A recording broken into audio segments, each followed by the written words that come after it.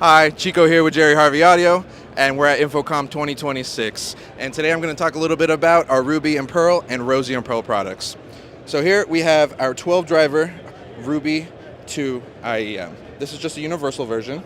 Here you have 12 drivers, quad low, quad mids, and quad highs all around.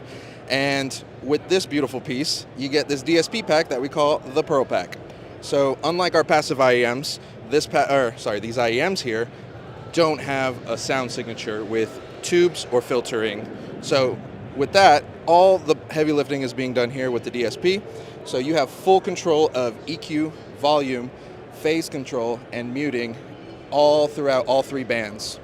So if you look up here on the screen, you got your inputs, your main input, your lows, your mids, and your highs, and you have everything separated by left and right ear. So this gives you total full control.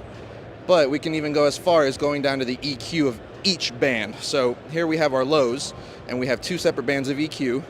But with this, we can also correct for hearing loss. So along with that, we can separate these, and you can control the lows on your left and your right separately, as well as the phasing and the time alignment here.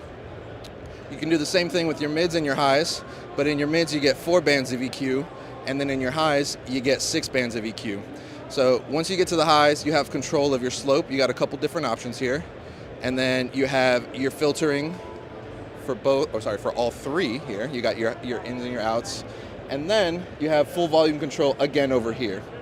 So that's the Ruby 2, and you have the same exact control over here with the Rosie, which is the little sister. This is a 6-driver IEM version with all the same capacity.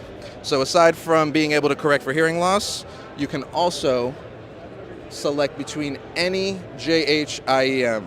So when you buy this package, you buy the entire JH lineup. So you get every passive IEM. You get the JH7, JH11, 13V2, 16V2, Layla, Roxanne, Sharona, and the Sheena.